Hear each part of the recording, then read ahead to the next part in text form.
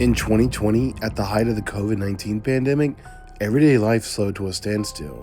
And with so much time spent scrolling and browsing, small details that might have gone unnoticed suddenly had an audience. That's when an anonymous user casually browsing a well-known furniture website noticed something that didn't quite make sense. Some basic household items were listed for prices higher than most cars. At first, it seemed strange, but then the products weren't just expensive, they were named after people. And as screenshots began circulating online and more people took a closer look, the coincidences started to feel harder to ignore. And for many, that concern was enough to ask a familiar question: what if this wasn't random? In late 2019, the world woke up to reports of a deadly new virus, first identified in China. By early 2020, it had spread across the globe and was officially declared a pandemic. Governments responded with widespread lockdowns, forcing millions of people indoors almost overnight. With nowhere to go and little to do, people spent hours scrolling through social media, watching videos, or browsing online stores. It was during this period of isolation and excess screen time that one user, casually searching for furniture, found themselves browsing the Wayfair website a little more closely than usual. Now, Wayfair is an American furniture and home goods retailer that operates almost entirely online, offering millions of items ranging from couches and cabinets to lighting, decor, and even industrial storage units. Unlike traditional furniture stores, Wayfair doesn't manufacture most of its products itself. Instead, it functions as a massive online marketplace, connecting customers with thousands of third-party suppliers. With more than 14 million items sourced from over 11,000 suppliers worldwide, prices, product descriptions, and listings can vary widely across the site. With physical stores closed during lockdown and time suddenly abundant, people lingered online longer, scrolled deeper, and paid closer attention to details they might normally overlook. And it was during one of those extended browsing sessions that something caught someone's eye. Nothing dramatic at first, just something illogical enough to stop and question. A small detail that didn't quite fit, and once it was noticed, it became difficult to ignore. In mid-June 2020, an anonymous Twitter user began pointing out unusually high-priced storage cabinets being sold by online retailer Wayfair. Some of the listings were priced in the tens of thousands of dollars and used human names, many of them female. At first, the tweet did not gain traction. A few screenshots here, a handful of comments there, nothing that suggested it would go any further. But in early July, the images resurfaced on Reddit, this time inside r-conspiracy, a community known for dissecting unexplained events and questioning whether powerful systems are hiding uncomfortable truths. Users began comparing listings side by side. The prices were still strange, but now another detail stood out more clearly. Many of the cabinets weren't just expensive, they were all listed with girls' names.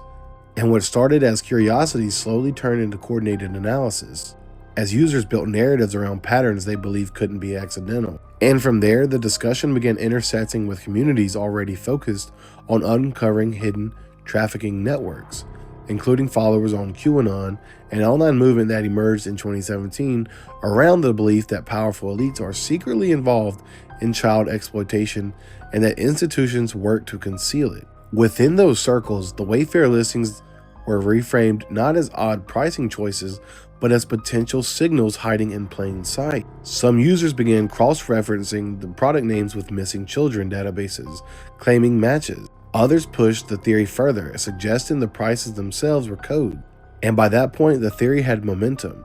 It no longer lived inside a single subreddit. It became harder to contain. Screenshots and summaries jumped from Reddit to social media, spreading across Facebook, Twitter, TikTok, and Instagram. So what had started as a handful of strange furniture listings had now grown into a full-scale internet phenomenon, and the impact extended beyond social media as well.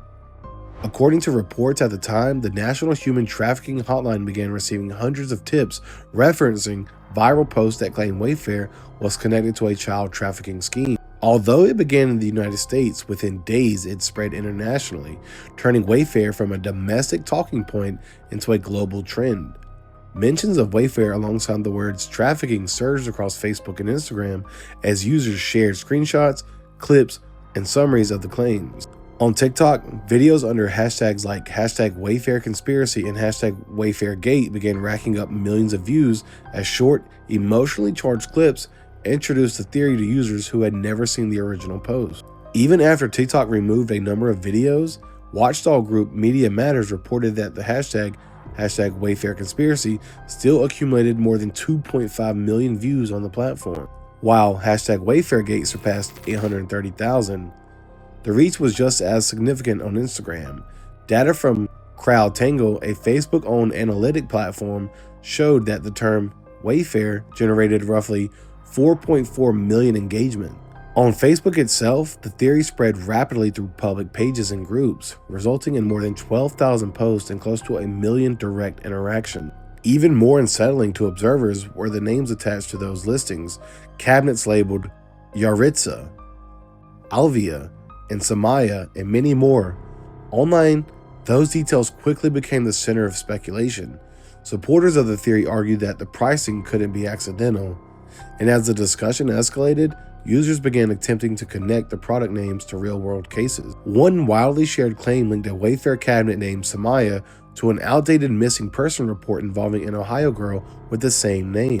Screenshots and posts described this as proof, despite the lack of any verified connection. In another case, a Maryland boy who had briefly gone missing in April was flagged by online users as a possible Wayfair victim, simply because his last name matched the name of a pillow listed on the site.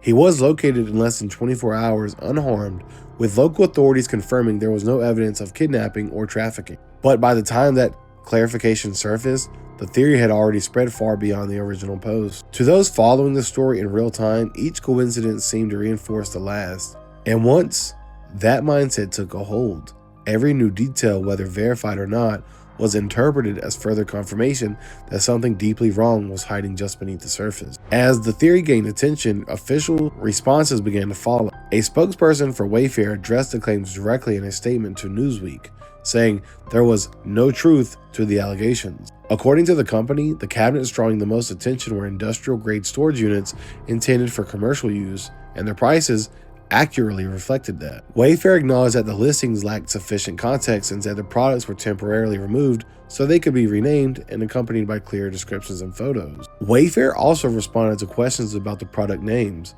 explaining that the company used automated name systems to label its items, a practice common across the retail industry. While the coincidence of human names contributed to confusion, the company maintained that there was no connection beyond branding convention. The unusually high prices, they said, were simply a mismatch between consumer expectations and products designed for industrial buyers. Similar explanations were offered regarding the personalized pillows priced as high as $9,999. Wayfair attributed those listings to pricing glitches, placeholder amounts used when items were out of stock, something the company noted can occur across many e-commerce platforms. In a statement to BBC News, a spokesperson confirmed that the listings were removed to prevent further misunderstanding. For many viewers, these explanations were enough. The details lined up, the listings disappeared, and the story seemed to settle. But for others, they weren't. The timing, the coincidences, and the sheer scale of the reaction left lingering questions. The Wayfair conspiracy was never proven. No evidence ever surfaced that confirmed the claims, and the explanations offered addressed the anomalies people initially fixated on. On paper, the story had an ending, but the discomfort that fueled it never fully went away, because for many, the story was never just about a furniture website. It was about the uneasy realization that serious crimes don't always look the way we expect them to, and that sometimes the systems we trust feel opaque enough to invite doubt. Even when a specific theory falls apart, the fear that made it believable can linger long after the screenshots disappear. And that leaves an unresolved question, not about Wayfair, but about how often we mistake coincidence for patterns, and how often real wrongdoing manages to hide in a place no one thinks to look. As always, thank you for watching. Until next time, stay weird.